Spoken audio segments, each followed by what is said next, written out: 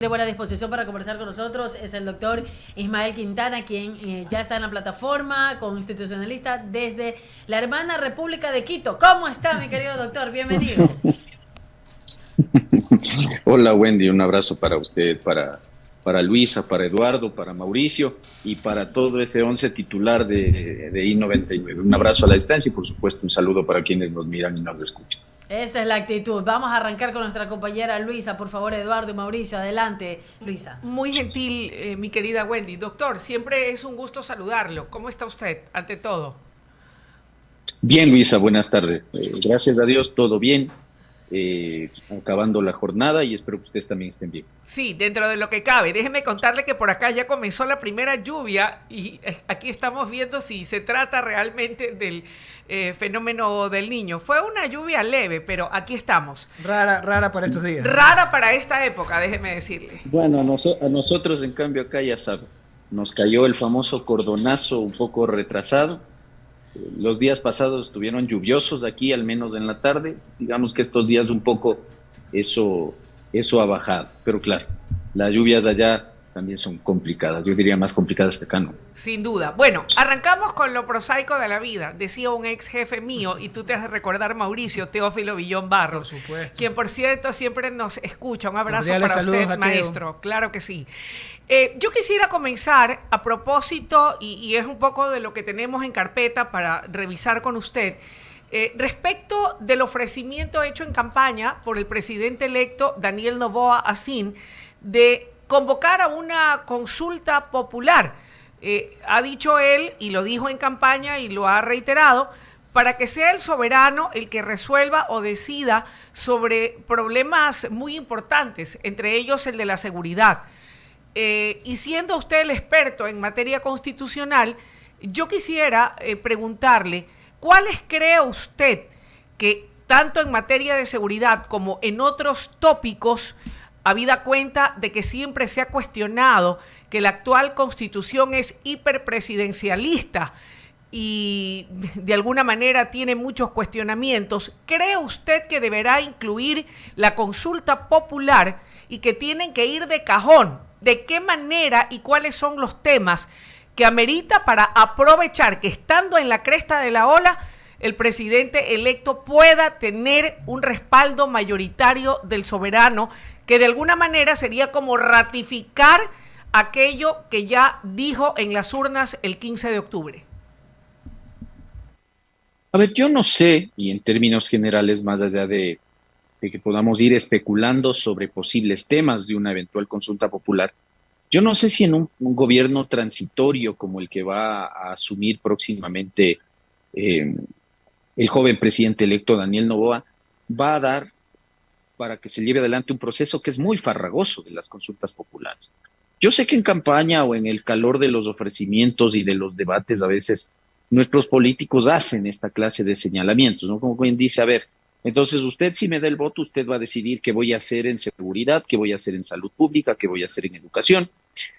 Pero lo cierto es que este es un gobierno de años 5 meses. Punto final. Se va a posesionar a fines de noviembre, inicios de diciembre y el 24 de mayo de 2025 se va si es que no opta por la reelección y no es reelegido. Es un gobierno de años 5 meses, de años 6 meses, no más. ¿Cuánto en términos de tiempo demora, si es que se lo hace rápido además, el trámite de una consulta popular hasta que nosotros podamos ir a las urnas? Lo más rápido posible son 4 meses. Quiere decir que casi la mitad de su periodo de gobierno se la va a pasar organizando una consulta popular y pretendiendo sortear derroteros que son muy complejos de sortear, como por ejemplo la Corte Constitucional. Y sabemos de sobra, y ustedes por la generosidad que suelen tener conmigo de permitirme hablar en estos micrófonos, hemos en muchas veces, digamos, cuestionado, discrepado de ciertas decisiones de la Corte. Lo cierto es que en materia de consulta popular, que es lo primero que el equipo jurídico del presidente electo deberá analizar, es cuán probable es que la Corte te dé dictamen favorable. Porque claro, si uno revisa el plan de gobierno del presidente electo, se habla de una consulta popular dentro de los 100 primeros días. Eso es una quimera, hay que aterrizar las cosas ya en la realidad, presidente Noboa. En 100 días no se hace una consulta popular, en 100 días probablemente estamos organizando el proceso electoral, ¿ya? Y lo primero es saber a ciencia cierta qué quiere preguntar y para qué quiere preguntar.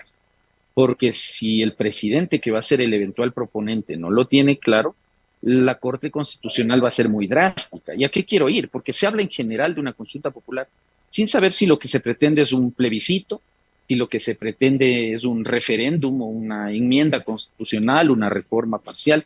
Entonces, el primer gran escollo, Luisa, más allá de lo que yo pueda creer, yo estaré de acuerdo con una consulta popular si es que se la plantea con una finalidad institucional, porque si se lo hace para ganar popularidad o para medir cuál es el porcentaje de aprobación que le da la población a la gestión del presidente electo, le diría que regrese a ver lo que acaba de pasar en febrero pasado con el presidente Lazo y ahí va a tener el resultado. Entonces, lo primero es, presidente electo, defina los temas, haga público el contenido de la consulta popular que quiere usted convocar y luego, sobre la base de eso, vamos a poder dilucidar, incluso hasta para poder dar un criterio un poco más certero de qué temas irían por plebiscito y qué temas irían por enmienda o reforma parcial. Esto es importante por una cosa, Luis.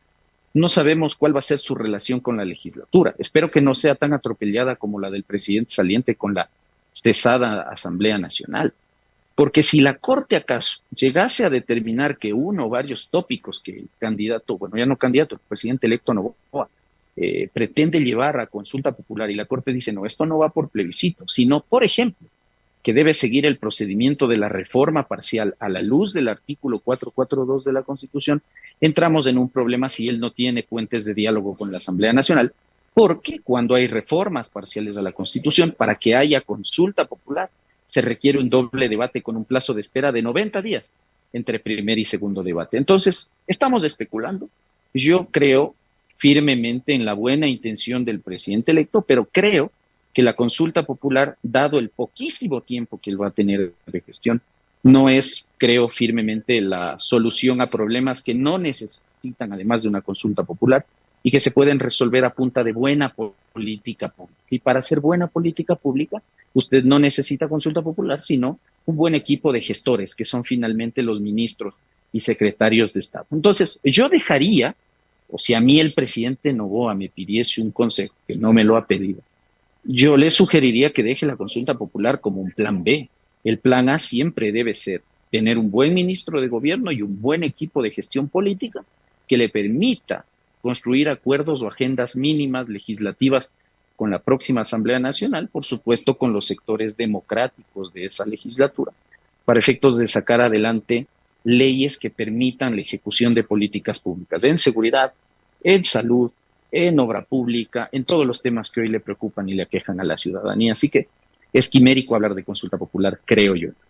Quintana, y en ese contexto, para poder atender esos temas prioritarios, salud, educación, seguridad principalmente, ¿ameritaría tal vez entonces una enmienda constitucional vía Poder Legislativo que bien manejada o bien canalizada pueda contar con el apoyo incluso de quienes son de la línea ideológica opuesta a la del presidente electo? A ver, todo depende de qué vaya a preguntar. Insisto, empezaremos a discutir a ciencia cierta de esto cuando el presidente Noboa nos diga, mire, estas son las preguntas, esto es lo que yo quiero, aquí hay un bloque de preguntas en seguridad, aquí hay un bloque de preguntas en salud, aquí hay un bloque de preguntas en economía, aquí hay otro tanto en temas institucionales, probablemente hay un tema laboral, no sé, es decir, pero cuando tengamos esa certeza vamos a poder generar espacios de discusión. Mientras todo se maneje hermético, yo francamente esto no entiendo de los políticos.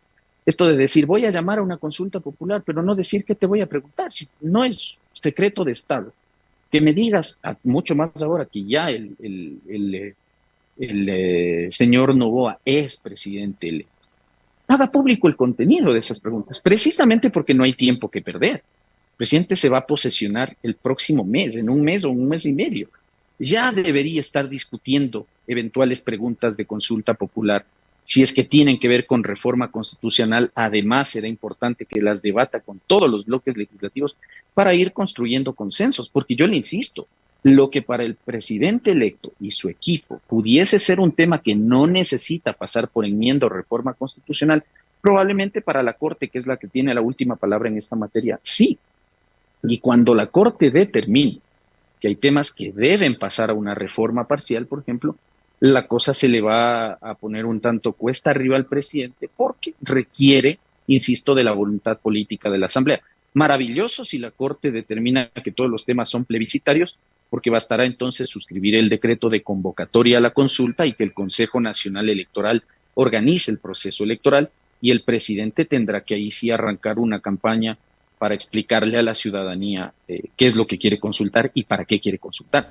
Lo mismo si la Corte dice, a ver, aquí hay preguntas que además requieren enmienda constitucional, en cuyo caso nos diríamos bajo el procedimiento del 441 número 1 de la Constitución, que tiene que ver con la enmienda constitucional vía referéndum, muy parecido a lo que tuvimos en febrero de este año y en febrero de 2018 en el gobierno de Lenín Moreno. Lo grave sería que la Corte nos diga que hay temas que requieren reforma parcial, porque evidentemente yo no tengo una bola de cristal, no sé cuál va a ser el comportamiento de la siguiente Asamblea Nacional. Yo tengo esta especie de déjà vu de 2021, viendo un presidente electo con un bloque de 14 legisladores, muy parecido a lo que ocurrió con Guillermo Lasso en 2021, con un bloque de 12 asambleístas. Entonces, ya a estas alturas deberíamos al menos especular del nombre del nuevo ministro de gobierno, ni siquiera lo sabemos. Entonces, sin eso, realmente, como suele decir mi amigo Rafael Ollarte, nunca hay buen norte para quien no tiene un rumbo definido. Y creo que el presidente Noboa no tiene claro qué es lo que quiere consultar y cuál es la finalidad de esa consulta popular. Doctor Quintana, tengo una última inquietud y esta guarda relación a aquello que hizo noticia y se esperaba un pronunciamiento una vez que fuera remitido a la Corte Constitucional. Me refiero a este acuerdo de cooperación militar entre Estados Unidos y Ecuador. El canciller Manrique ha asegurado que este acuerdo con Estados Unidos no contempla la instalación de tropas de ese país en nuestro territorio. ¿Cómo cree usted que podría o cuál podría ser la respuesta de la Corte Constitucional, cuyas resoluciones siempre son bastante cuestionadas o demoradas? Mi querida Luisa, le voy a comentar una cosa. Voy a ser un tanto infidente porque hasta la semana anterior yo he tenido una particular curiosidad por tratar de acceder al contenido de este supuesto acuerdo entre Ecuador y Estados Unidos. Conversé con un par de miembros de la Corte Constitucional la anterior semana que coincidimos en un evento y me han dado la información de que el acuerdo no llega todavía a la Corte.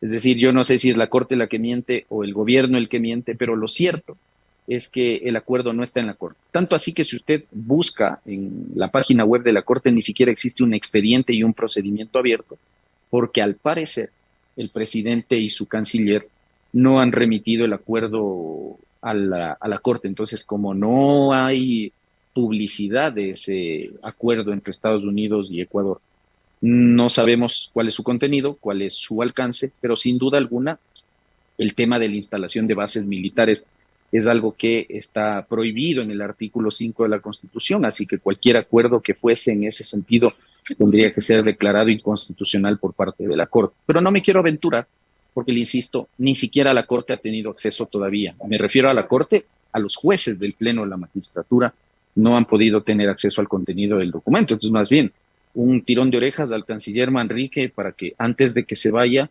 deje presentando el acuerdo a la Corte para que la Corte nos dé certezas de qué es lo que va a pasar, porque a mí me parece que en materia de seguridad, y sin duda alguna esto debería ser ya puesto en conocimiento incluso del presidente electo y su equipo de transición, para efectos de tener certezas de en qué nos va a colaborar el gobierno norteamericano.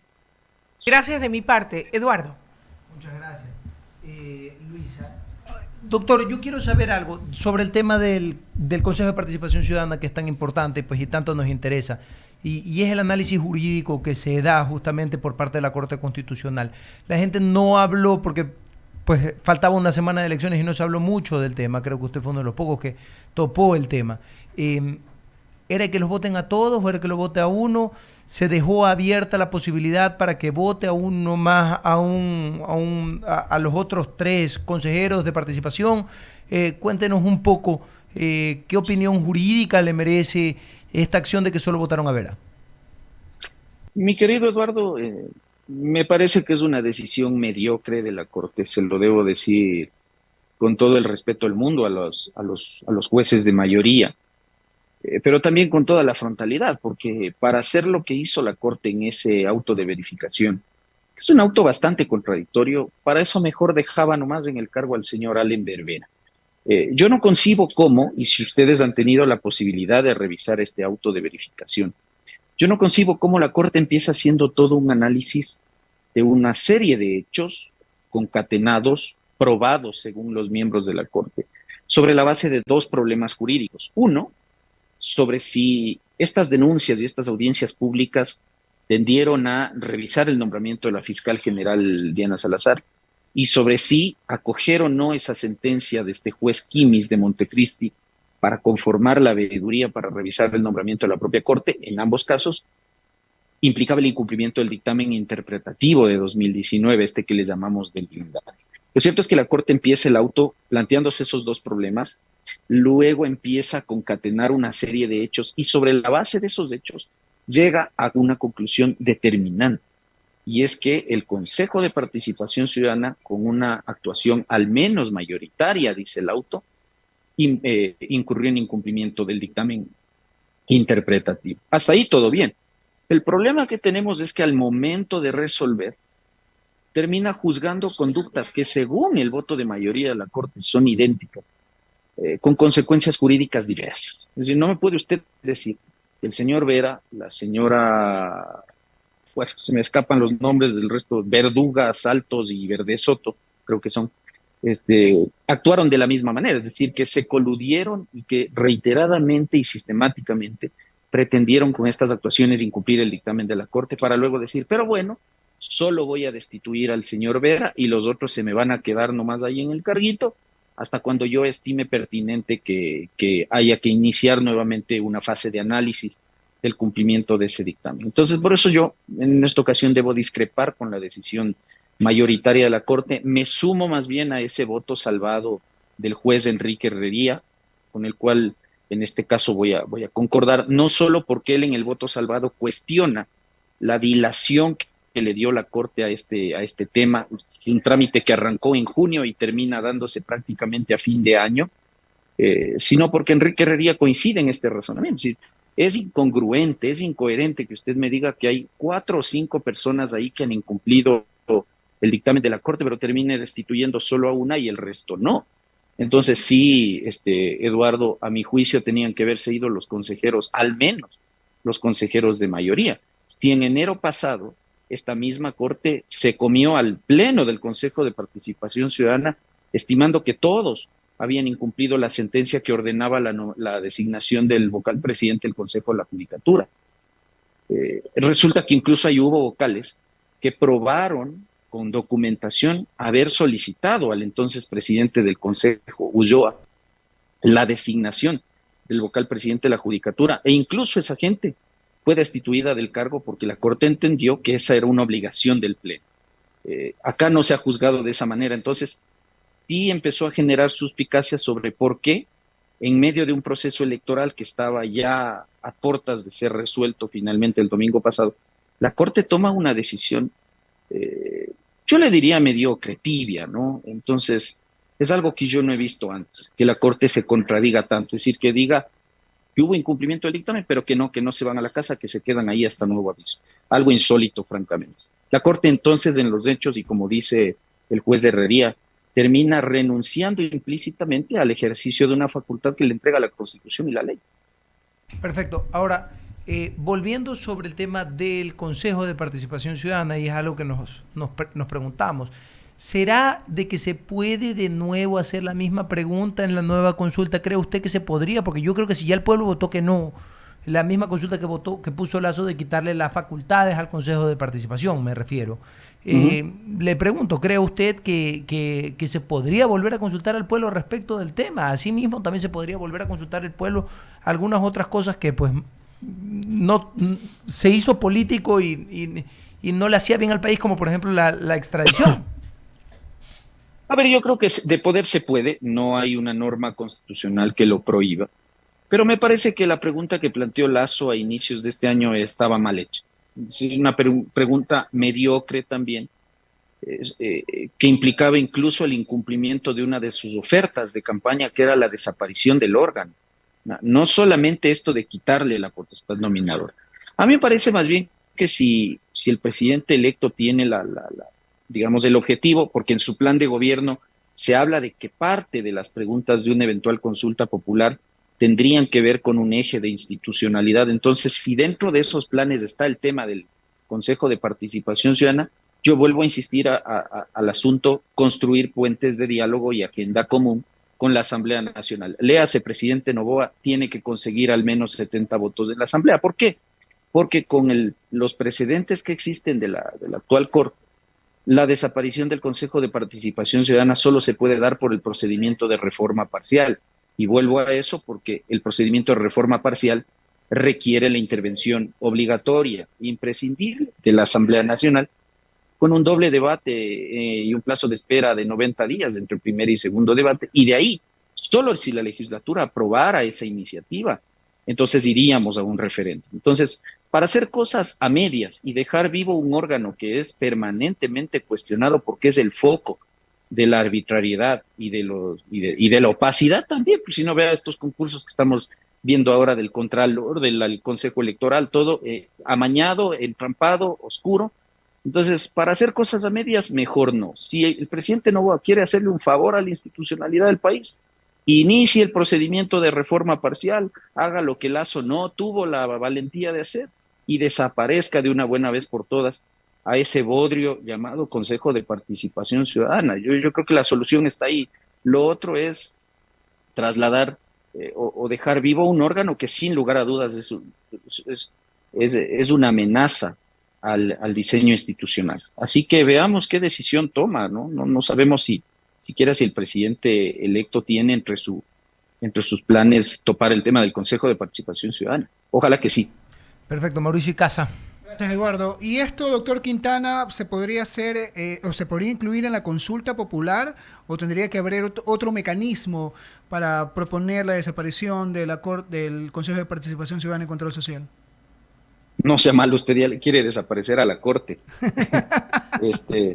No. Por su respuesta también parece que usted medio que concuerda ahí con alguito. No, yo soy un fiel defensor de la existencia de los órganos de justicia constitucional. Que no comulgue con las decisiones de sus miembros es distinto, pero creo que las Cortes deben existir. En todo caso, ya de esto, se podría hacer dentro de esta consulta popular, pero insisto, siempre que se lo canalice bien.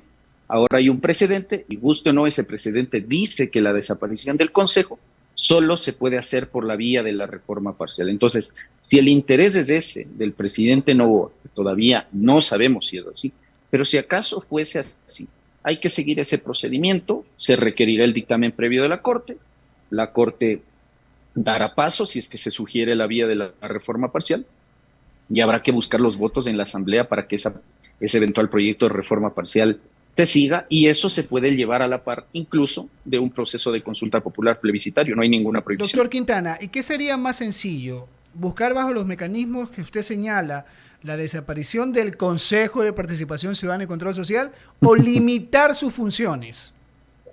No, yo creo que es un problema que hay que solucionar de raíz. Yo no voy con medias tintas, a mí en la vida no me gusta eso.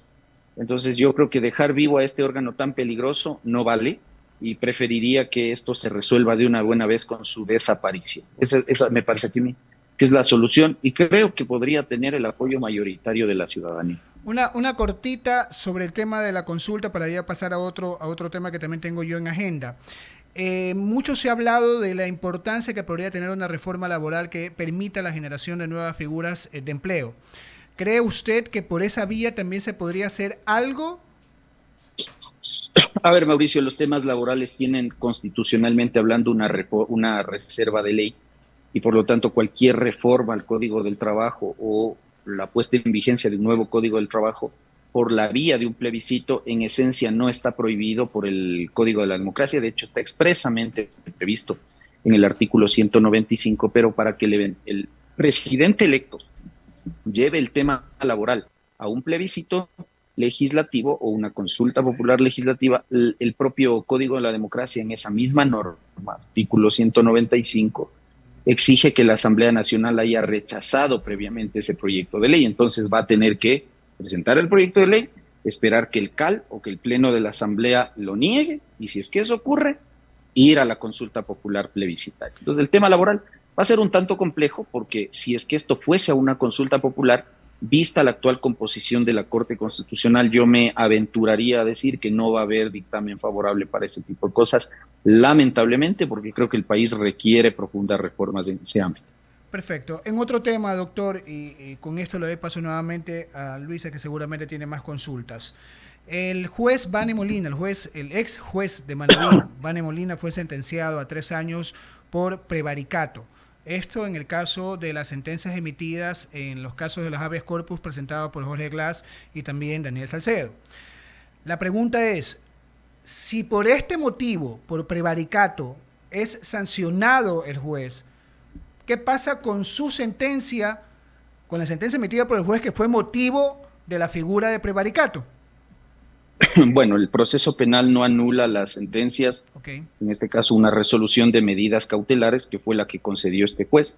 El proceso penal tiene por objetivo juzgar conductas que pueden incurrir en ilícitos de carácter penal, pero el fallo lamentablemente está ejecutoriado, salvo que la Corte Constitucional decidiera ejercer su potestad de selección y revisión para revisar el caso y dejar sin efecto la resolución de medidas cautelares. Mientras tanto, el señor Glass jugará a ser periodista hasta que la Corte tome el toro por los cuernos. ¿Y la Corte Constitucional podría hacer eso por oficio o tendría que presentarse una demanda? De oficio. No, perfecto. De oficio, la potestad de selección y revisión es oficiosa. Perfecto, Luis.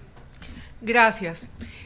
Bueno, aprovechando la oportunidad de que es usted no solo experto en temas constitucionales, sino consecuentemente un hombre conocedor del derecho y del tema de la institucionalidad del país tan venida a menos, más allá de que entiendo su postura como profesional del derecho de ser un defensor de las instituciones, al menos de las más emblemáticas que representan la institucionalidad de un Estado. No todo es malo y no todo es cuestionable, pero siendo un conocedor y quien maneja muy bien los temas de derecho, uno de los talones de Aquiles de las autoridades del gobierno, sobre todo de este que ya está por fenecer, y que no le ha ayudado o no le ha apoyado mucho en su labor del combate contra la inseguridad, más allá de creer yo, que no soy ninguna experta, pero el sentido común me dice que quienes le han colaborado o cooperado en esa tarea no es gente del todo capacitada o que tenía un plan estratégico para combatir la seguridad. Y más allá de haber logrado una incautación importante de droga, esto más bien avivó que las mafias estuvieran con la sangre en el ojo y actuaran más desenfrenadamente y de forma desbordada. Es el tema del Poder Judicial. Yo quiero ponerme en los zapatos de los funcionarios de justicia que muy seguramente, y así lo han denunciado y a otros les ha costado hasta la vida, han recibido amenazas de muerte contra ellos y sus familias. A lo mejor también habrá de los otros que pueden haber sido coimados o les pasaron un cariño por debajo de la mesa para fallar de determinada manera, o amenazados y ante las circunstancias se han visto orillados a allanarse a lo que quieren estas mafias y no a lo que debiesen hacer. Lo cierto es que el sentimiento colectivo es que la justicia nos queda debiendo, y algo que no sé si, no quiero pensar que es una excusa, pero una de las explicaciones que siempre da el gobernante de turno, que ya está por irse, y también gente de la policía, el ministro del Interior y tantos otros, es de que de nada vale el esfuerzo que haga el Estado o el gobierno si no tiene una justicia con los pantalones bien puestos que pueda poner contra las cuerdas a estas mafias. Desde su respetable punto de vista, y ya que estamos en este proceso en transición a lo que será este corto periodo del próximo presidente, el presidente electo Noboa, ¿qué se puede hacer?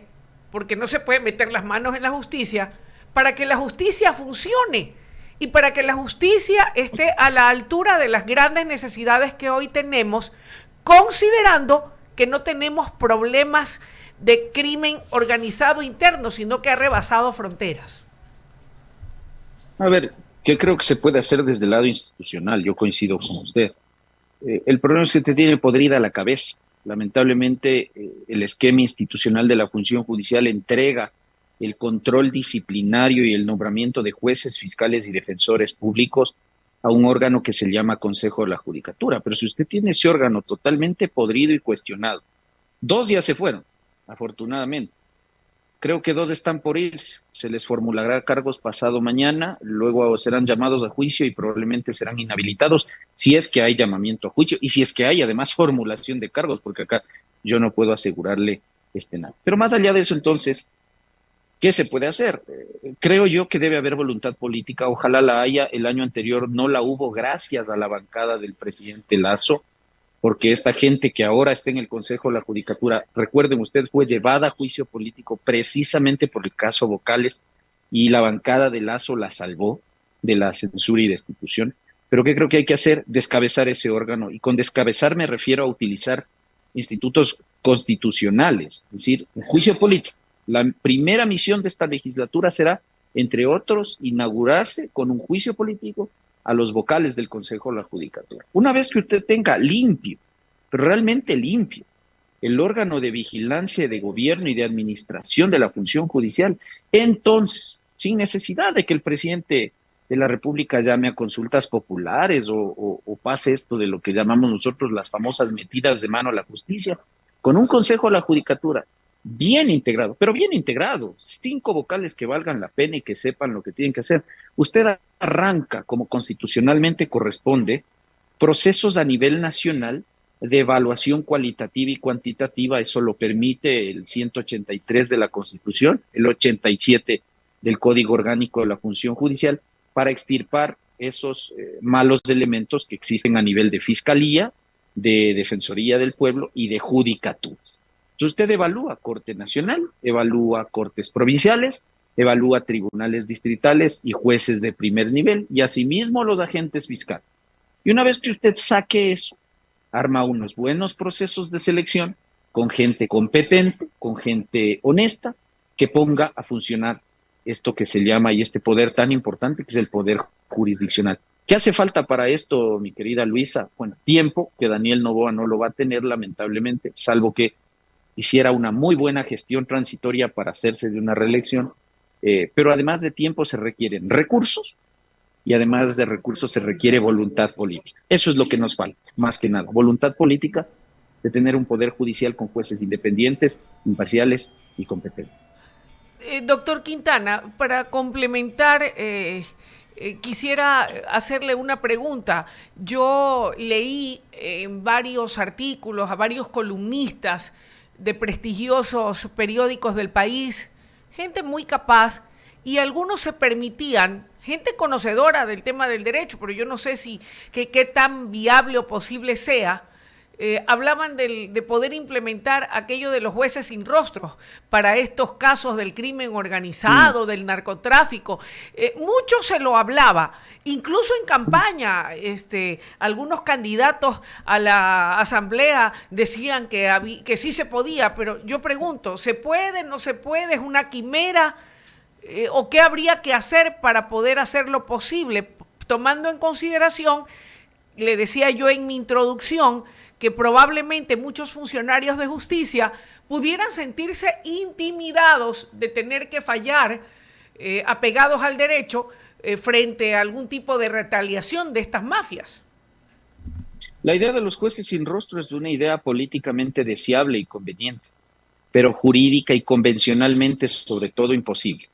La Convención Americana de Derechos Humanos, varias opiniones consultivas y varios fallos en casos contenciosos dictados por la propia Corte Interamericana de Derechos Humanos prohíben expresamente a los estados parte del sistema interamericano establecer sistemas de jueces sin rostro porque resultan lesivos de varias garantías del debido proceso. Podemos estar de acuerdo o no con estos estándares internacionales, pero Ecuador es parte del sistema y estamos obligados, incluso por normas constitucionales y por precedentes de la propia Corte Constitucional, a acoger en nuestro ordenamiento jurídico esta idea. Así que lo de los jueces sin rostro es jurídicamente imposible aquí en Ecuador. Me queda claro. Eduardo Mendoza Estrada tiene también una pregunta para usted. Adelante, Eduardito. Perfecto. Doctor Quintana, yo quisiera saber justamente, y es en lo que da de este tiempo que va a pasar, justamente, que es respecto del tema de el concurso de la Contraloría, que es tan importante. ¿Cómo ve, qué opinión le merece este concurso? ¿Cómo lo determina? ¿Cree usted que se ha seguido una buena nominación, etcétera, etcétera, etcétera? Porque hay también una pugna entre el Consejo y los candidatos, hasta le tiraron un huevazo a uno de las personas. O sea, ¿qué no han hecho dentro de ese concurso? ¿Cree usted que debería de continuar como está, debería de pararse el concurso y llamar a otro concurso? Porque, como le digo, siento que ha sido totalmente manoseado? Entonces, el hecho de que eso suceda también a cualquier persona lo desenfoca y deja de estar, deja de sentirse transparencia. A ver, ese proceso está absolutamente deslegitimado. Yo voy a concordar en eso con usted. No solo desde el plano ya de la conveniencia política de continuar con un proceso en esas condiciones, sino porque me parece que la gran cantidad de acciones de protección que se han planteado en contra de este concurso demuestran que ha habido arbitrariedad, cuando no oscuridad en la toma de decisiones de la Comisión Ciudadana de Selección que está a cargo de este proceso, con múltiples reformas reglamentarias apenas arrancado el concurso, quejas en la asignación de puntajes. Entonces, me parece que es un concurso que no debe continuar. Creo que tiene severos vicios de nulidad, y aplicándose el Código Administrativo, el Consejo de Participación Ciudadana debería declarar nulo este concurso y volver a foja cero. Yo creo que cualquier contralor que sea designado a partir de este concurso ya tiene un problema de legitimidad de origen, y eso no le hace bien al país, porque no estamos nombrando al portero de un ministerio, estamos nombrando a la más alta autoridad del control de los recursos públicos, está nombrando al contralor. Y resulta que este proceso es un chiste, es una burla. Entonces, ahora que ya el amigo Vera no está haciendo de las suyas en este consejo, y que al parecer la correlación de fuerzas ahí adentro ha ido cambiando, esperaría que el actual presidente y parece ser que hay un bloque de mayoría nuevo ahí, tomen la decisión que corresponda. Yo pienso que este concurso debe ser declarado nulo, aplicándose, insisto, el artículo 105 del Código Orgánico Administrativo, pero veremos. Mañana precisamente hay una audiencia de acción de protección por este tema. Veamos qué termina fallando este juez que tiene ahorita detenido el concurso, y sobre la base de eso iremos bien. Pero, insisto, cualquiera que sea nombrado contralor en esas condiciones ya no tiene cara para regresar a ver a la gente. Y es algo que a todos nos vuelve locos como tal, porque la verdad es sumamente injusto, como usted lo menciona, y ha sido deslegitimado. O sea, hay una deslegitimación dentro del concurso. Y ahora, yendo un poquito más adelante en lo que va de este tiempo, y la verdad es que a todos nosotros nos llama mucho la atención, nos preguntamos, nos preocupamos por el futuro jurídico del país. Luisa lo dijo hace un momento. Y la verdad es que tenemos un país quebrado. Solo un comentario rápido para pasarle a Mauricio, y quiero saber su comentario también al mismo tiempo. Más que una pregunta, es un comentario, porque también el análisis jurídico es tan rico y tan interesante cuando se habla con una persona versada en derecho como usted. Y es, ¿cree usted que la Constitución del Ecuador como tal, como se planteó, la estructura estatal como está planteada justamente desde el 2008, es una estructura bien establecida, bien preestablecida? Porque mire el Frankenstein jurídico que tenemos, como le digo. O sea, es el hecho de tener este Consejo de Participación Ciudadana, y como le digo, y sacarlo también puede ser un problema. Entonces, no sé qué opinión le merece justamente respecto del tema. Yo creo que la Constitución 2008 está hecha para una autocracia, para un régimen autoritario. No está hecha para un régimen democrático como en el que todos aspiraríamos a vivir. Por eso es que cuando usted tiene gobiernos no autoritarios, aunque debiluchos como el que se está yendo, eh, usted tiene una estantería que se le viene abajo, ¿no es cierto? Líos en la función judicial, líos en el Consejo Electoral, problemas con la Corte Constitucional, problemas con la función judicial, líos con una Asamblea Nacional que finalmente termina siendo disuelto. ¿Por qué? Porque esta Constitución está hecha para que gobierne alguien que quiere concentrar el poder, y concentrar el poder en el Consejo de Participación Ciudadana, tener mayorías aplastantes en las legislaturas. Mientras eso no cambie, y tengamos todavía gobiernos de corte autoritario como el que tuvimos hasta 2017 con Correa, nada va a cambiar. Así que me parece que a futuro sí será bueno ir pensando en un proceso constituyente serio, pero no de la política del quítate tú para ponerme yo, porque las constituyentes son eso en Ecuador. Entonces ahora yo soy el dueño del poder de turno, saco a superintendentes, remuevo fiscal, procurador, contralor, cortes, tribunales, y pongo a los míos para que me obedezcan a mí. Esa es la clásica historia del Ecuador, por eso tenemos 19 o 20 textos constitucionales. Pero el día de mañana, cuando trabajemos en un pacto social a largo plazo, pensando en nuestra realidad política, social, económica, incluso religiosa, y en nuestra tradición jurídica, que es muy mala, probablemente podamos hallar el modelo que se adapte a nuestra forma de ser. Eso es lo que le puedo decir. Doctor Quintana, el presidente electo Daniel Noboa tiene una estrategia que la ha manifestado con relación a reformas en materia económica. Va a hacerlo mediante proyectos de ley urgente, económico urgente, uno mensual. Vamos a ver cuántos envía. Eso ya es una estrategia, claro está. Y en materia de seguridad no puede hacerlo porque la ley no prevé ese tipo de proyectos o esa figura. ¿Qué cree usted que el presidente electo Noboa podría hacer de manera efectiva, algo que no tenga que pasar necesariamente por la Asamblea, que tenga que demorar un tiempo en su tratamiento con el riesgo de que se lo puedan bloquear? Bueno, política pública, Mauricio. Y para eso usted necesita un buen ministro del Interior y un buen ministro de Gobierno, además de un buen ministro de Economía y Finanzas. Porque lo que usted necesita es equipar a nuestros órganos de fuerza pública, Policía Nacional, Fuerzas Armadas. Leyes tenemos. Yo no creo que el tema seguridad pasa por reformar el COIP o la ley de uso progresivo de la fuerza. Ya las tenemos.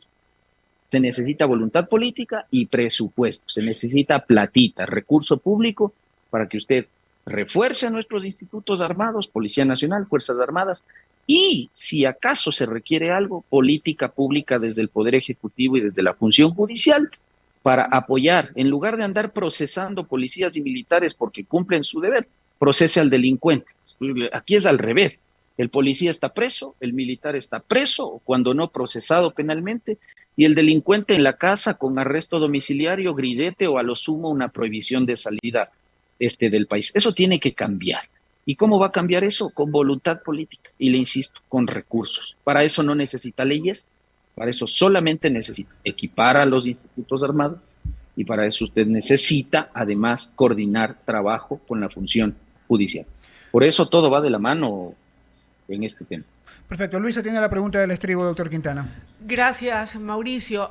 Sí, doctor, en el escenario de que el anhelo del presidente electo se cumpla y logre hacer un buen gobierno de transición que le permita ir a la reelección y ganarla, si ese fuera el caso, ¿cabría la oportunidad o sería necesario pensar en ir a una constituyente que permita hacer esas reformas de fondo para mejorar la Constitución o no?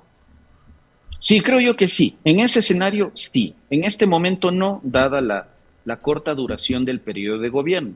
Ayer un colega de ustedes hacía un reportaje justo enfocando el cuadro del expresidente Clemente Yerovi Indaburu, ¿no? Y decía, bueno, Clemente Yerovi, como él mismo dijo en algún momento, gobernó con las maletas hechas, gobernó 8 meses.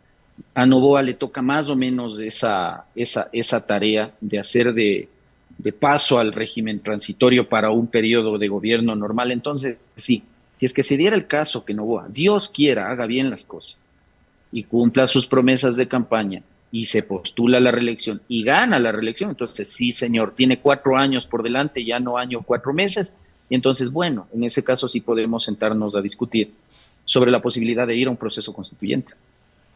Gracias, estimado doctor Quintana, por haber comparecido aquí en Diálogo en esta tarde. Sus conceptos y sus expresiones son siempre muy orientadoras y nos permiten clarificar estos temas de derecho. Que tenga usted una buena tarde-noche.